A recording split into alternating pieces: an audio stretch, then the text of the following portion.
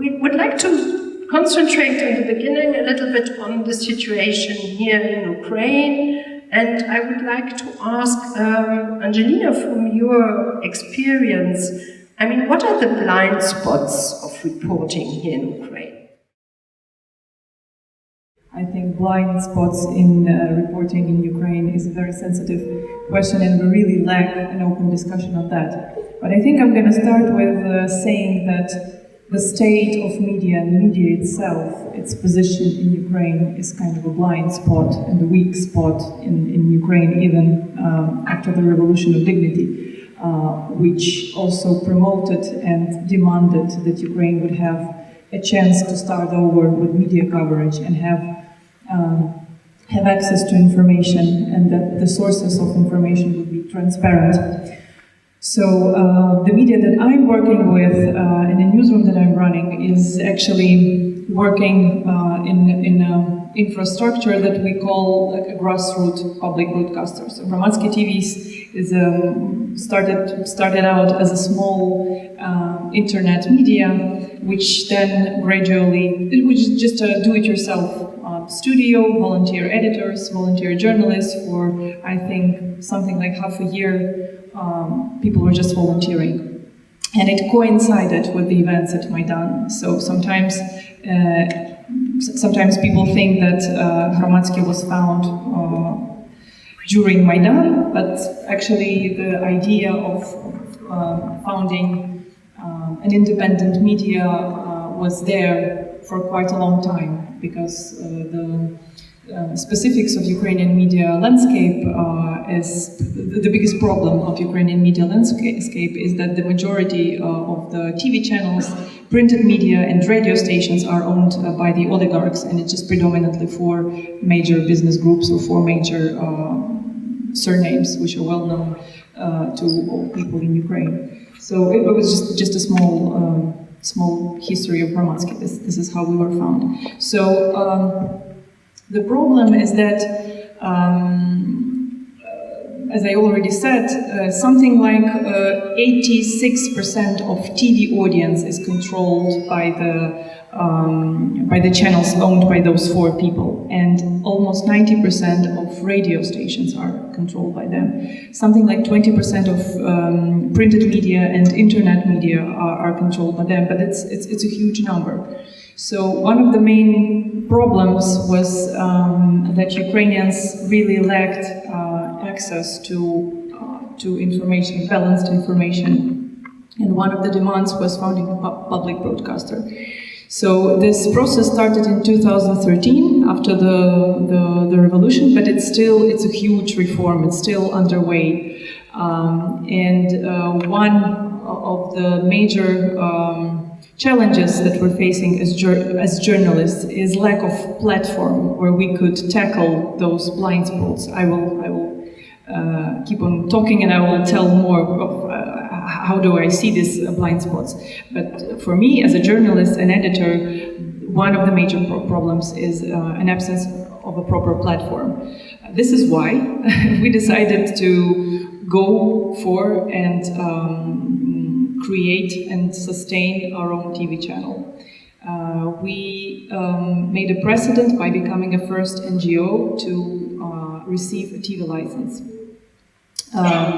It's a really hard job. If someone out of you there would like to do that, go for it, but just be prepared that sustaining a 24/7 channel with not a lot of money and a lot of fundraising and horizontal structure managed by the journalists themselves is a huge challenge. So this is something that we're doing. But the bigger goal there is to have a proper platform and to give people that access to the information that they really need, especially in the times like this, times of conflict. But getting back to your question about blind spots of reporting.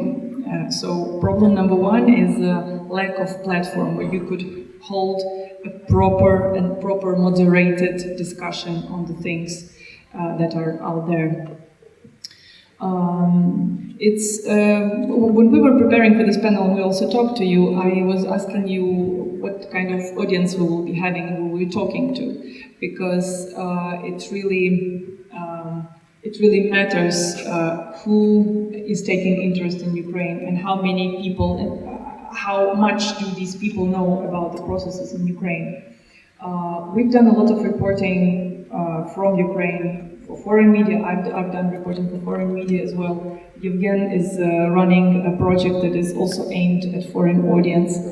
But the problem is that tackling some of the blind spots for the foreign audience sometimes goes with understanding that there is a lot of Russian propaganda out there. And talking to the foreign audience, you need to keep in mind all of those myths and all of those messages that were spread by the Russian propaganda.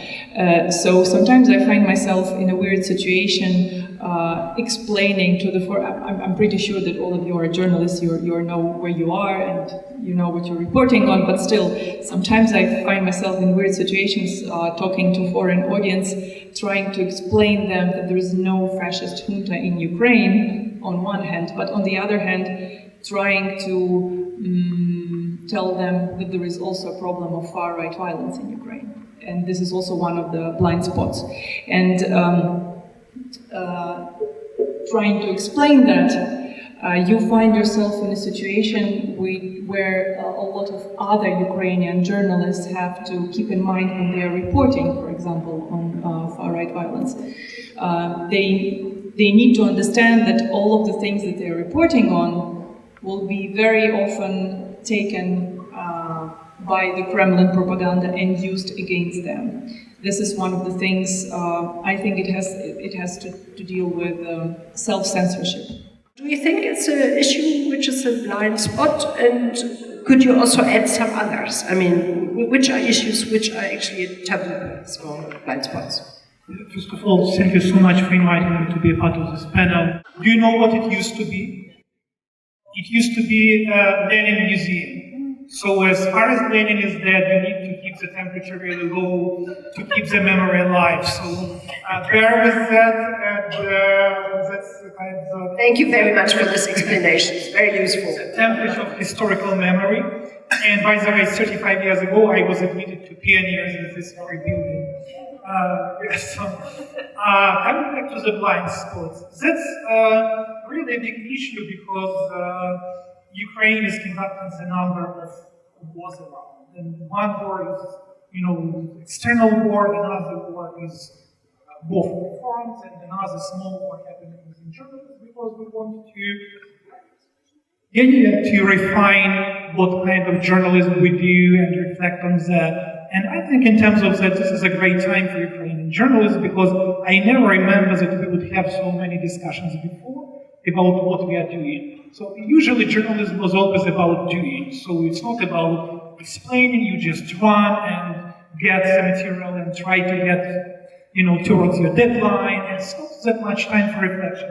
Now we have so many discussions inside journalism, what are our blind spots, that probably really need to bring Ukrainian journalism to much better level of everything, including level of standards, level of understanding what the values of the journalism we are doing is, and so on and so forth.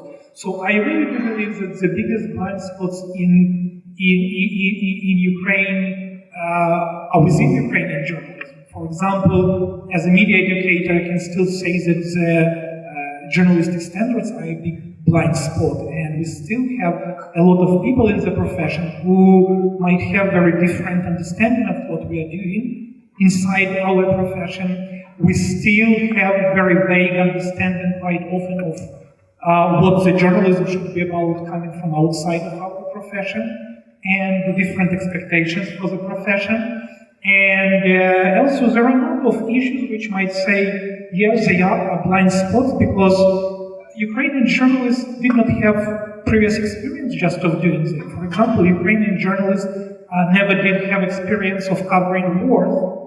Mostly we've been talking about wars as international journalists, as foreign correspondent. As a foreign correspondent, I was covering the wars, but that was happening in other countries, which definitely gave quite different perspective of how we look at that. And now we have the war over here. So it's completely different coverage. And yes, Ukrainian journalists were not prepared, not in terms of the understanding how to cover that technically, not how to cover that from editorial point of view, and that was a big issue. Another big issue, how to cover those victims of the war.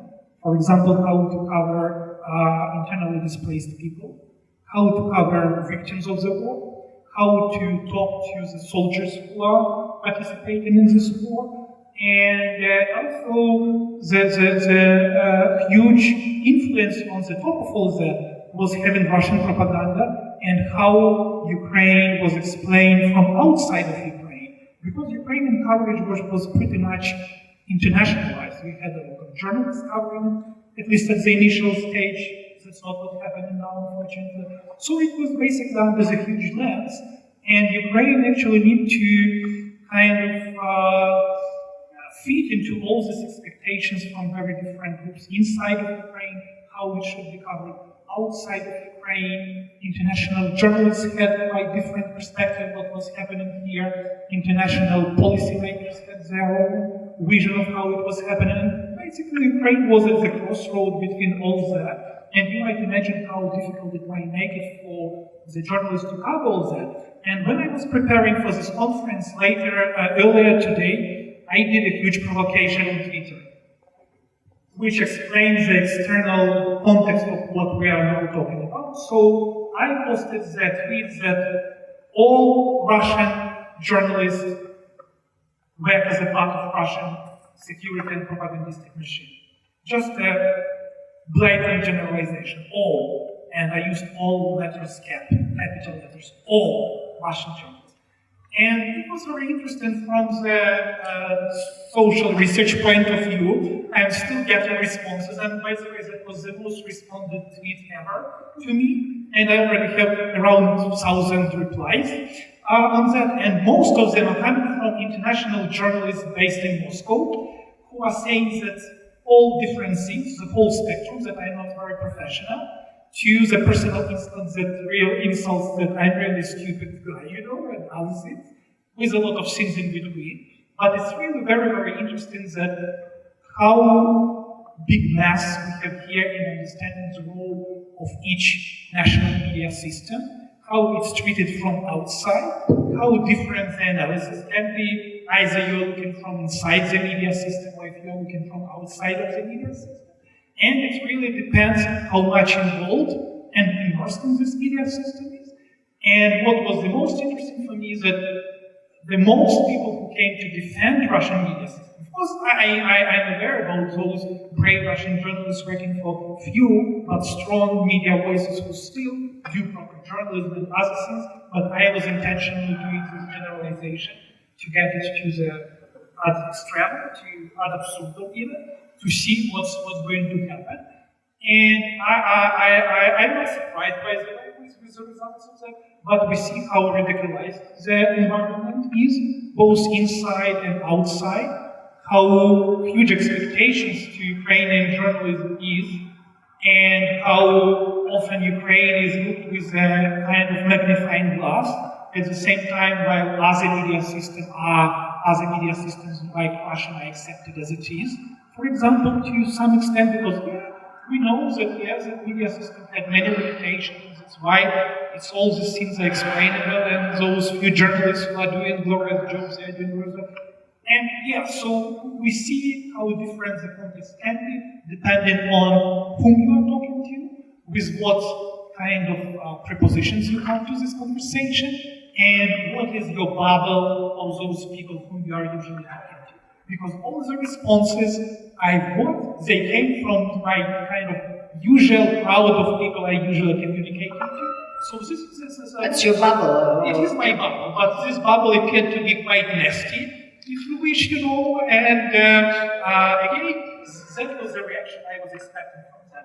And that's why it's important to be open about the weaknesses of your system, to be open about the advantages of your system, because I really do believe that Ukrainian journalism has a lot of positive things happening. Yeah, so thank you. I think your tweet we will discuss a little later, because it leads to another. Yes, we have to read it first, and then I think it's a different discussion. but thank you for this point. And I would like to ask Christian now, you are here as a foreign correspondent. That means that you depend very much also on the reporting of the Ukrainian media, which you read and see and hear every day. And I'm interested, what do you see as a blind point or blind spot? Perhaps I can mention, because you told that as already that the IDPs could be a point like this. I remember I was here in March and we had a huge discussion here in Kyiv because there were a lot of refugee organizations very unhappy by the Ukrainian reporting. So I would like to hear if you think that this would be one of the main points, or if there are other points. Thanks for having me here. Thanks, Gemma. When I came here last June, I thought, oh, you switch on your TV set in your flat and you get an awful lot of in-depth reporting on the war, on the consequences of the war, on IDPs, on the rehabilitation and reintegration of veteran soldiers. That's what I had in mind, and I found nothing of that stuff. And I still have to look around a lot to find these stories in Ukrainian media, especially on those 4 TV stations you mentioned. I'm afraid this won't change, because these TV stations have adapted, or were forced to adapt, a role model for reporting, for journalism, which is completely different from mine, and as far as I know your programming from yours. They are political tools and weapons in the hand of those who pay for it. And you can't expect proper reporting. I do not want to insult any colleague who's working there. There are many colleagues who reflect upon that situation, but they can't break the chain. They have to deliver what is expected from them. So this was my first blind spot experience when I came here last summer, and the first report I did was on IDPs in Mariupol. Which was published then in Ukrainian media, as you told me. Yeah, it was picked up by Ukrainskaya Pravda, which was, for me as a foreign correspondent, a very strange experience. That, especially if you work for a satellite news system like Deutsche Welle, you're the man on the moon. You hardly get any feedback from your viewers and your users. But then, as it was picked up by Ukrainskaya Pravda, and as you know, we have a good working website in Ukrainian language. Katerina, where are you? Katerina is working and filing for this outlet as well. Many of the stories we did for TV, in either English or German, were adapted into Ukrainian and played a role here as well. This was, for me as a correspondent, completely new. I don't want to go into detail now discussing the blind spots in Ukrainian media, but 2 more remarks. For me as a foreign correspondent, the biggest blind spot of Ukraine is Ukraine. You mentioned it already in your opening remarks, and for me, of course, it was paradise. It is still paradise. There was not a single story I offered to the various news desks of Deutsche Welle, which was not commissioned. Perhaps you could just shortly add a little bit about the Ukrainian and Russian program you have at Deutsche Welle, which your work is also translated to, because I'm not sure if everybody here knows. I mean, what you're offering as Deutsche Welle. I had never expected you to ask me to advertise Deutsche Welle, but very shortly, because I'm afraid that not everybody knows. Just try it out. dw.com/Ukrainian. That's the ad. We have a very strong news team in our Bonn office, and we have the colleagues here in my office who fight for the website. There's video material, you find audio files, and we try to properly report on what is relevant for this country. And it's 24 hours in the internet now, isn't it? It's 24 hours, yeah. Mm-hmm. One thing I would like to mention, Russian propaganda. Because Angelina was talking about it, and you also here. And when you were talking about the tweet you sent before coming here, I thought, what had been my reply if I had been in Moscow? I think I haven't been very nice to you. But this opens up the discussion afterwards. What I want to mention is something different. Yes, there is Russian propaganda. Yes, there's the effort of Russian state media to create, especially in Western countries, in Germany, in France, in the US, an extremely hostile anti-Ukrainian narrative. It's less fake news, it's less disinformation campaigns, it's this, this underlying pattern. When talking about Ukraine, it's presented, it's portrayed either as a failed state or a state doomed soon to fail. And I think the problem of Ukraine to get its viewpoint, its message across is less the role of Russian propaganda, but there was simply no foreign correspondents to report. I don't know whether there are still 750 in Moscow. I guess it's a bit less, but it's still a huge number. So perhaps they don't need even the state propaganda because they have so many journalists who carry Mr. Lavrov's and Mr. Putin's messages all over the world. That's just I wanted to mention, and I think we're going to discuss that and the role of Russian journalists in this country and the way Ukrainian authorities are dealing with them later on. It's really very difficult to compare debunking fake news on one hand and then push a positive narrative on the other hand, because it's two different genres and they do not compete with each other. You cannot complement 1,000 fake news with 1,000 great narratives, and that would be kind of complementary. It doesn't work like that because destructive narratives are much more simple to produce, much more simple to distribute because they work much better, they don't need any explanations, and you can just push whatever you wish, basically. But with good narratives, you really need to have a good cause to explain that, first of all. And I would not say that Ukraine does not have that. We definitely have. And another issue is it's much more difficult now to push Ukrainian narratives around, because you mentioned that at the beginning there were plenty of foreign correspondents here, but almost all of them left for one very simple reason, because only the war sells, and when we did have the real war, there were hundreds of correspondents.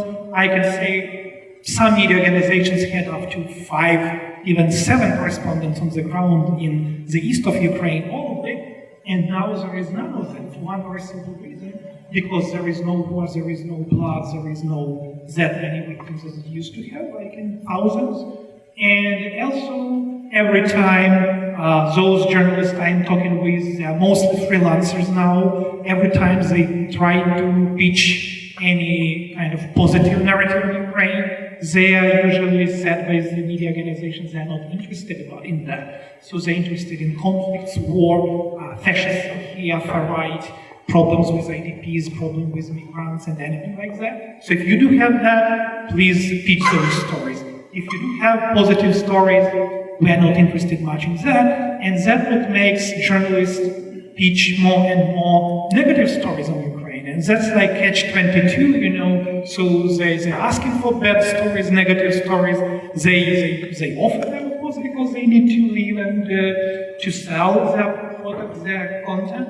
And then we are arguing and amazed why there are so many negative stories on Ukraine around. So that's one of the kind of blind spots as well, I would say.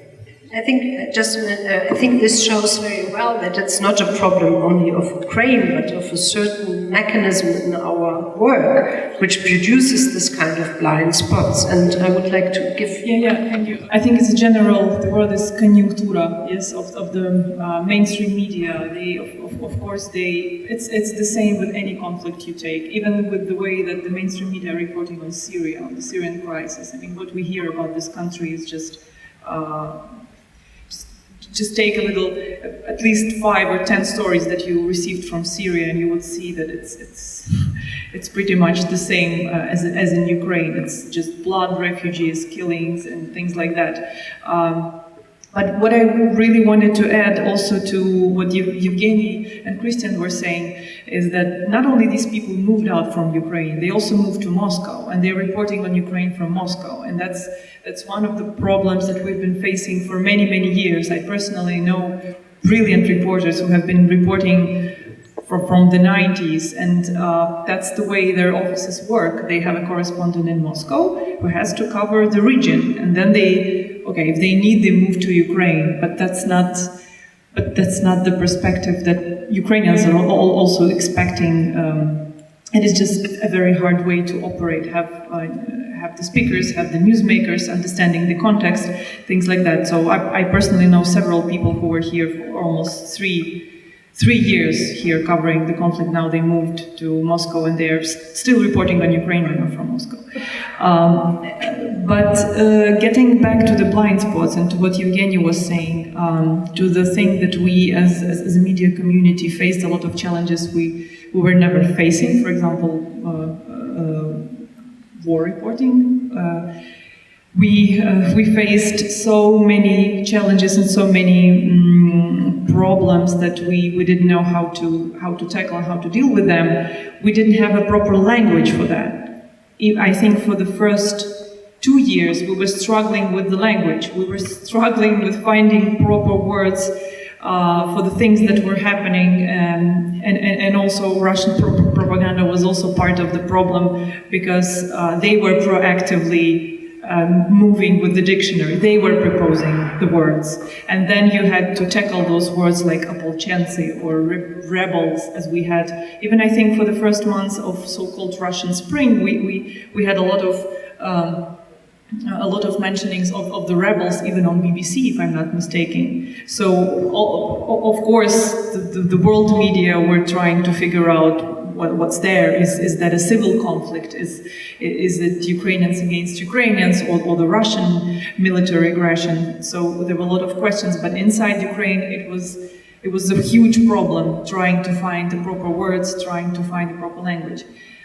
Then suddenly we found ourselves in a situation where media standards became sort of an ironic meme, where you would have someone who is standing there and saying, okay, let's try to stick to standards, objectivity, balance, and all of the other things. You would have someone saying that standards are impossible when you're reporting on a war from your own country, and still these two camps are still existing, of those who think that standards are possible and those who think that standards are impossible when it comes to reporting on war from your own country. I wanted to ask Christian first. And then the others who say we want to be the proper journalists, really, even if there's war, we need to be journalists in the first place. Do you see a lot of debate still with your Ukrainian colleagues on this, and what is your stand? I first would like to ask Angelina whether in the meantime you found that language to Yes, we did. We actually had a very boring and pragmatic way of dealing with that. We asked our colleagues from the BBC, who have also quite a long track record on reporting also on conflicts from their own country, helping us with writing down this dictionary, that language. We had Svetlana Pyrkova, who was with us. We just locked down in a room for 3 days, and we were writing down all of the words that we were having troubles with. Now we have a Hromadske dictionary, and we have people who are coming to us. We present them with that dictionary, and of course we're trying to follow those guidelines. We do have some guidelines, yes. I keep on wondering whether it's possible to report unbiased on a war when this war is in your own country. For me as a foreign correspondent, it's a very cheap way out. It's not my war, I observe it. My camera is somewhere 5 meters over the ground. Let them do what they are doing. It sounds cynical, it's not meant to be cynical, but that's why I don't dare to judge how the Ukrainian colleagues are doing it or not. I would like to tell you a little episode. I was traveling to Mariupol with the UNHCR, and I was the only non-Ukrainian journalist. There were 7 or 8 Ukrainian colleagues, and we were traveling the front line and could see some of the UNHCR relief projects. And then we came to a completely devastated settlement, one of the many, Krasnoorlivka. And there was a Khrushchevki, which was completely deserted, but in one entrance there were two old people, a couple, sitting, and they were selling a couple of pieces of soap, toilet paper, and some very essential things you need to survive. And the bus stopped, UNHCR bus stopped, and all colleagues, including me, we rushed out and went to those people. They were the only one on the street. You could see the traces of fresh shelling in the street. So it was really a grim place. The front line was some 2.5, 3 kilometers away from that Khrushchevki. And my Ukrainian colleagues made a circle and started asking questions. Who are you? How old are you? Do you have children? The story was one of the children left for Donetsk, the other one was living in Kyiv. So a nice story, talking about it in journalistic terms. But what happened, it turned out that this old couple accused the Ukrainian artillery of starting the shooting at night, and not the separatists, not the Russian forces. And then the Ukrainian colleagues got very angry and tried to convince them that their observations were wrong, that it can't be the Ukrainian army that starts shooting, that it's the other side. And then the old people got annoyed and a bit angry as well. I stood by and observed it and thought, oh my God, what is happening here? Is it the role of a journalist to convince someone you interview who has this very authentic biographical story to tell that this story is wrong because the overall rationale of the war is a different one? Just wanted to give you this episode. I'm still thinking about it, though it's more than a year ago. But I'm not here to judge it, I'm observing it. Yeah, Pörzgen. To the story, you can imagine the kind of other optics. Looking at the story, for example, we've been doing quite a lot of stories with the same accusation, and they've been used by propaganda. And we've been debunking them because according to analysis, open intelligence available on the ground, and after talking to military, former military or military experts, we came to the opposite conclusion, but the propaganda was still insisting that it was Ukrainian army conducting the bombardments all the time, and it was disseminating to local population, which is watching mostly still Russian television, because Ukrainian television cannot get through over there. The Ukrainian TV is still jammed from Russian territory, so it's impossible to do the Ukrainian point of view. So if those people would have the only dominating narrative, and that would be the narrative like that, so on that hand, it would be quite also dubious how the narrative can be considered as objective and neutral and other things, because they do not have access to the other point of view, the other side of the story, or probably more knowledgeable explanation. As I said, Ukrainians, even if they want to produce propaganda, they would not be able to broadcast it. To use a contact line zone, because for Ukrainian television, it's a huge blind spot. So it's still dominated, as I said, by Russian television, and Ukraine now placed 4 big transmitters over there, but they are jammed, as I said, and so I would find sometimes in some localities you would not find any presence of Ukrainian media over there. So Angelina, and if I might just have another point of view, that probably we are going into the stage in journalism where just saying that on one hand this is this and on the other hand this is that, and I am the dear journalist and I'm standing in between and I don't care much about what is happening at the ground, and then you go and you decide. I think that we are kind of leaving out that comfort zone for journalists, and again on the other hand we are frequently asking why propaganda wins, why populist wins, because they offer very simple, straightforward explanations to people, and people just are not interested to hear it on one hand and then on another hand, and you go in to decide yourself. They're interested in giving something to them they can live with, especially if they agree with what they're told.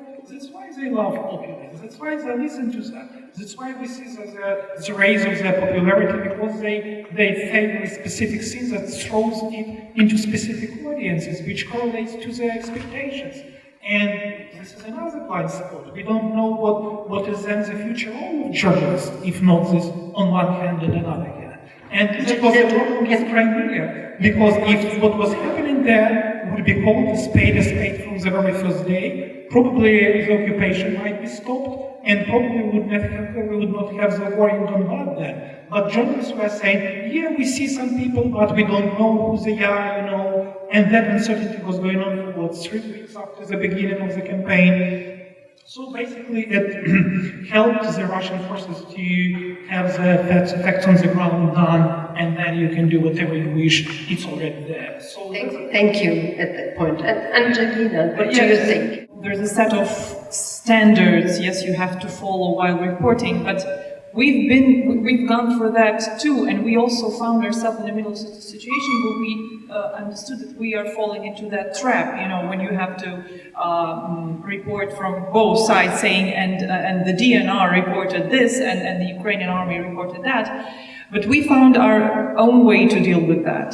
It's reporting from the field and talking to people. It's not only asking them what they hear on TV, but it's also showing what the conflict or what the war leads to.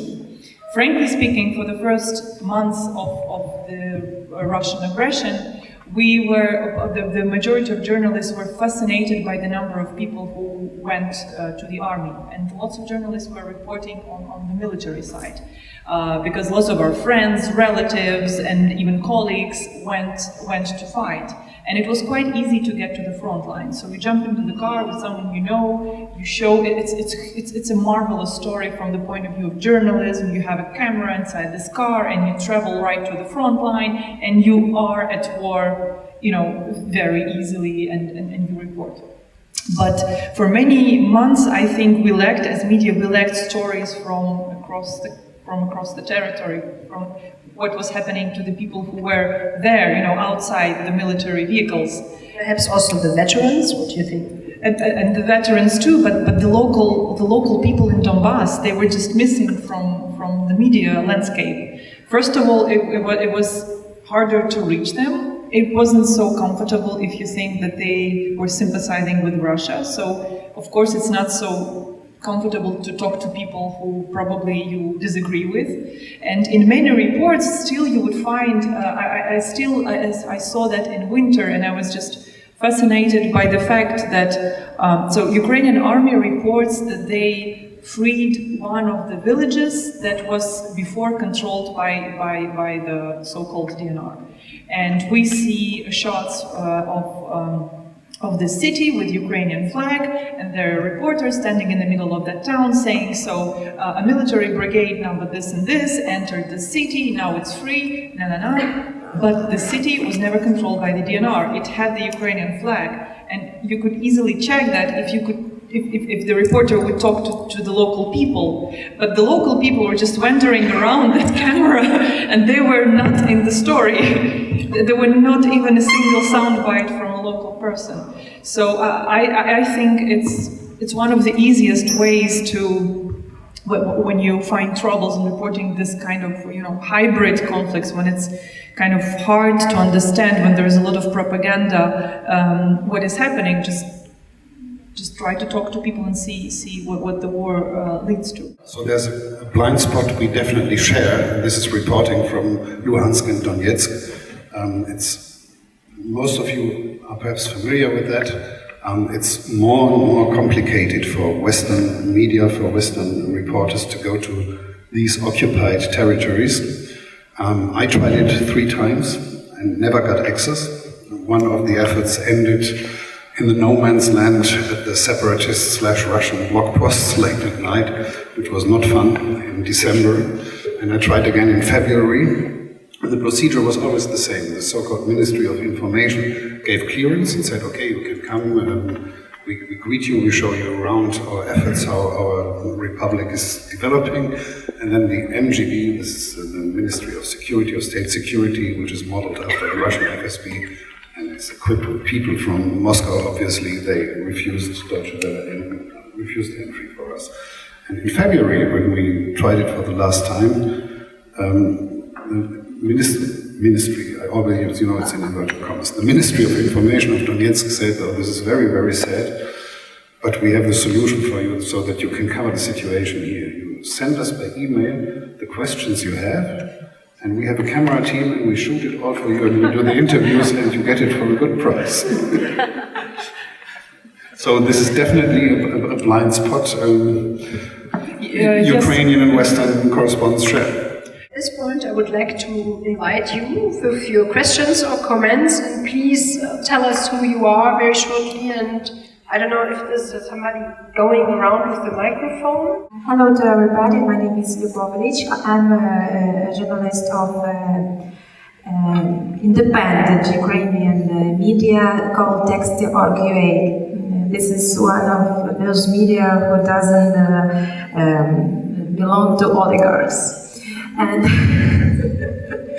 yes, and I wanted to make a point that in Ukraine, those editors who wants to make positive news about what is going on in Ukraine, they are under pressure of not only Russian trolls, as we call them, but they are also criticized by the colleagues and editors who has another point of view tries to say that, that is not so bad in Ukraine, guys.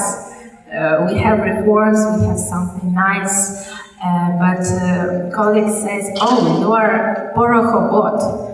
Porokhobot is the word that means that you work for Poroshenko. Yes, and that is really stupid to blame the editor for trying to make positive stories, but it is the reality we are living in, and we are trying to fight with this and say no, forget about this word, Porokhobot. Porokhobot is not the editor that wants to make some nice stories. Thank you. It's basically almost the same as the Russian troll factory, but just used by, it's a political technology used by any politician in Ukraine. It just happened that on Facebook or another social media, you would easily recognize trolls that are working for the President Poroshenko because they would support a certain narrative, and you would easily recognize that there's a certain narrative that is probably backed up by the President's administration. But another blind spot there, criticizing president in the country which is at war is also sort of a blind spot in Ukraine. We know that for sure, as a media that covered a story on Panama Papers that uncovered an offshore company registered by the president, and the team, the investigative team that broke that story, they became a target not only by the Porokhobots and also public speakers and opinion leaders in Ukraine, but they also got quite real threats. And very often, when the story is broken about the president, his closest allies, and sometimes if the story is dealing with corruption, there's a high chance that you will be attacked, at least on social media, by the trolls that are working for. In favor, let's say, not for. We cannot prove it for sure whom are they working for, but in favor. Okay, in favor of the narrative that you cannot attack a president in the country which is at war. That's another blind spot.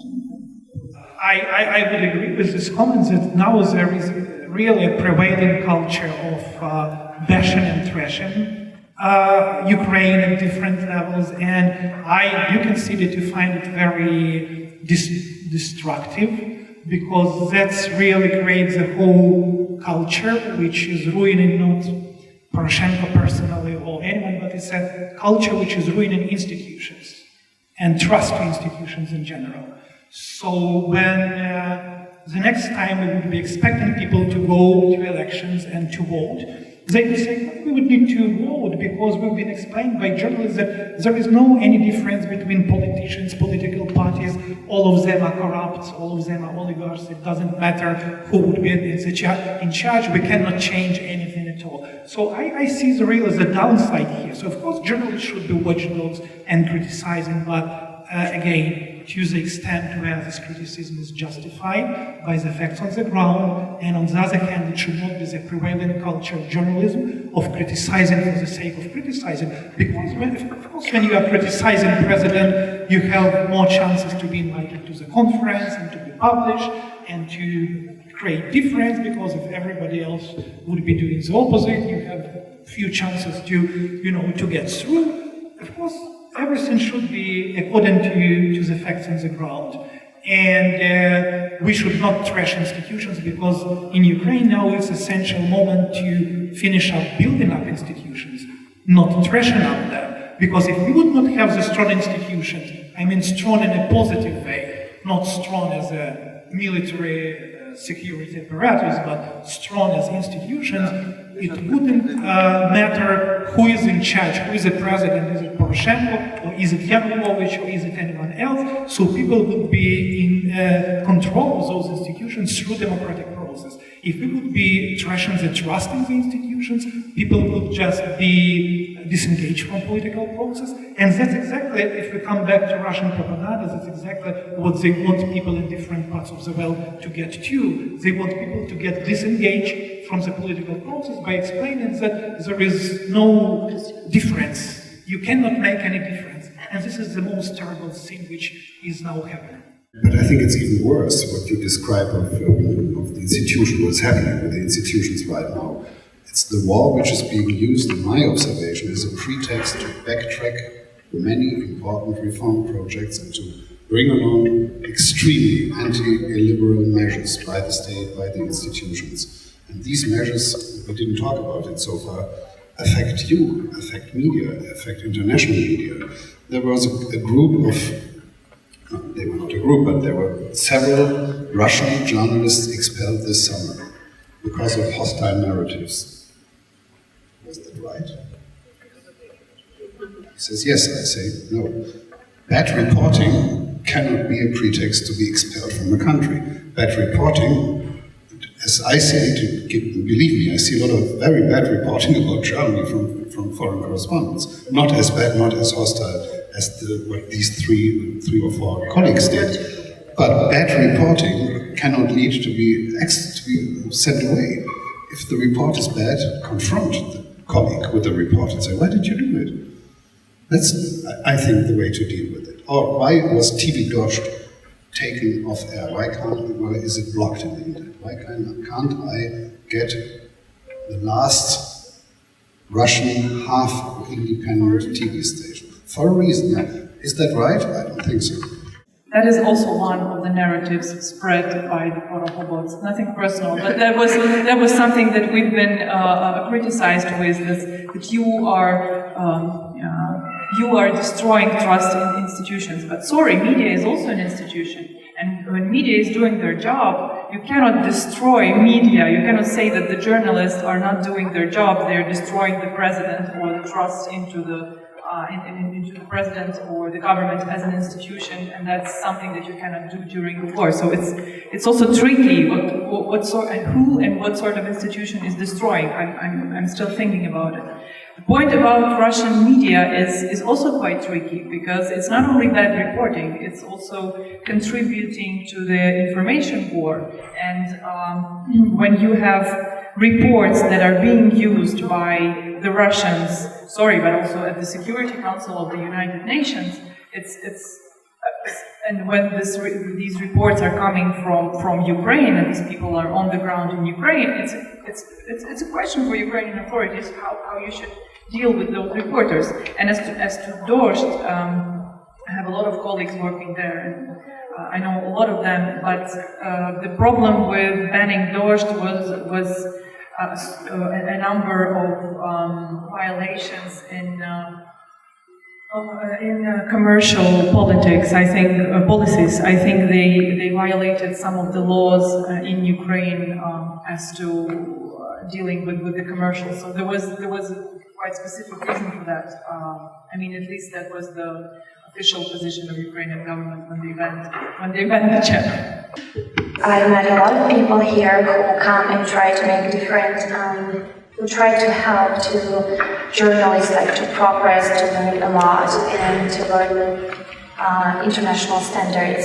But then the problem is these journalists, they return back to oligarch-owned media, and we are in the lack of platforms that would suggest really competitive salaries and huge competitive coverage, for example. And do you see any kind of solution for this? Thank you. If we really need, if we really are lacking platforms. No, I would say we do have enough platforms now, because basically in Ukraine we've seen quite a lot of new platforms popping up recently, with Hromadske is one of the examples, and Texty and Hromadske Radio and many others. So I would not say that Ukrainians are really feel like underreported to some extent, and so the question is if people really are consuming that information from all those platforms, whom they trust, why they pick one media over another media, and the same situation, for example, in Russia. So in Russia,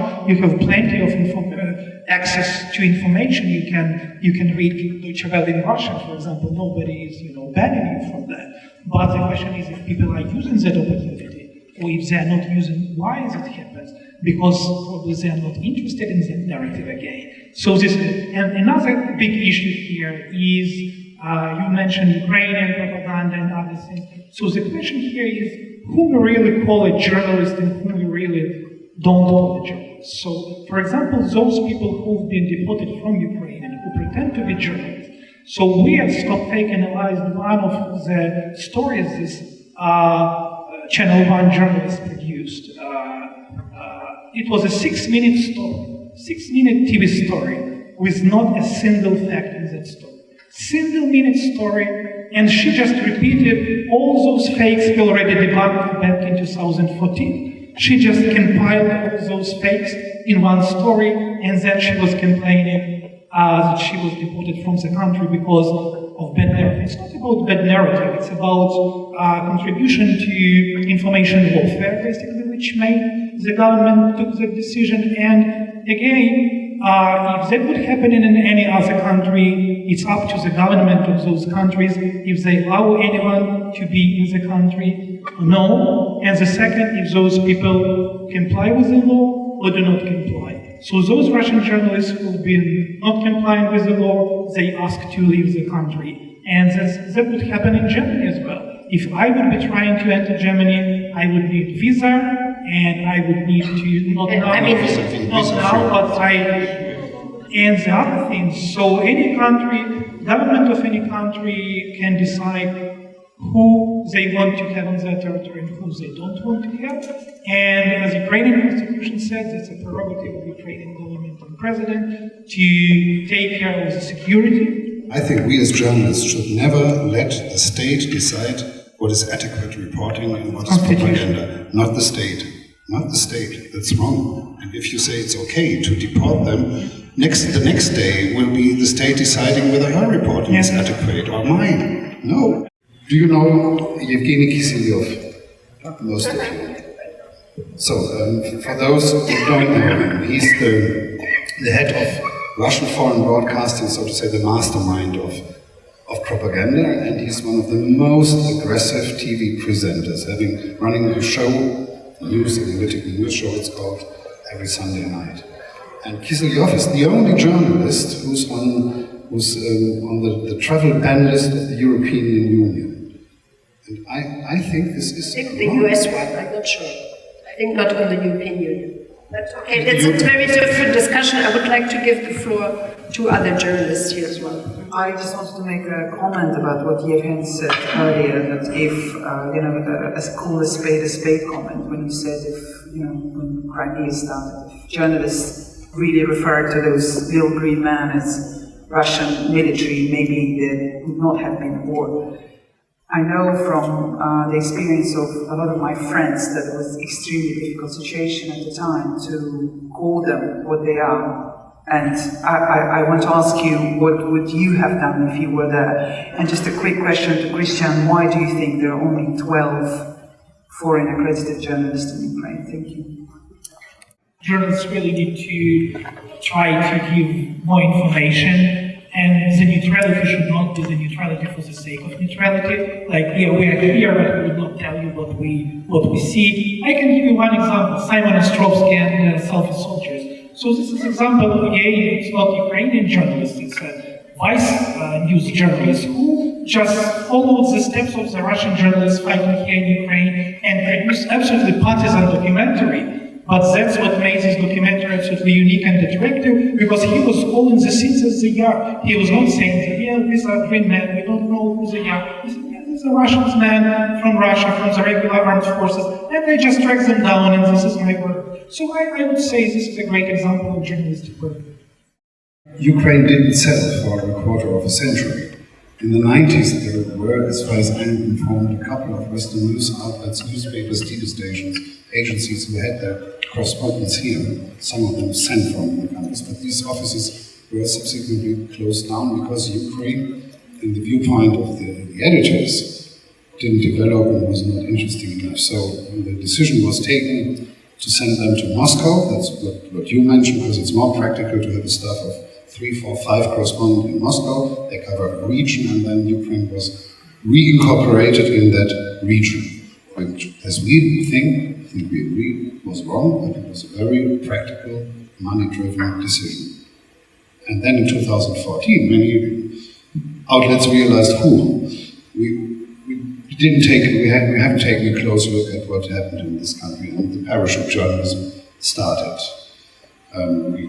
You talked about it. Perhaps now that we are here, perhaps other follows. I know that there's one famous public broadcaster in Moscow. They have 4 correspondents, and they wanted to send one of them permanently to Kyiv. But the head office said no, it's too expensive to rent a flat and set up the business and the studio infrastructure. But let's wait, perhaps there will be more in a couple of weeks.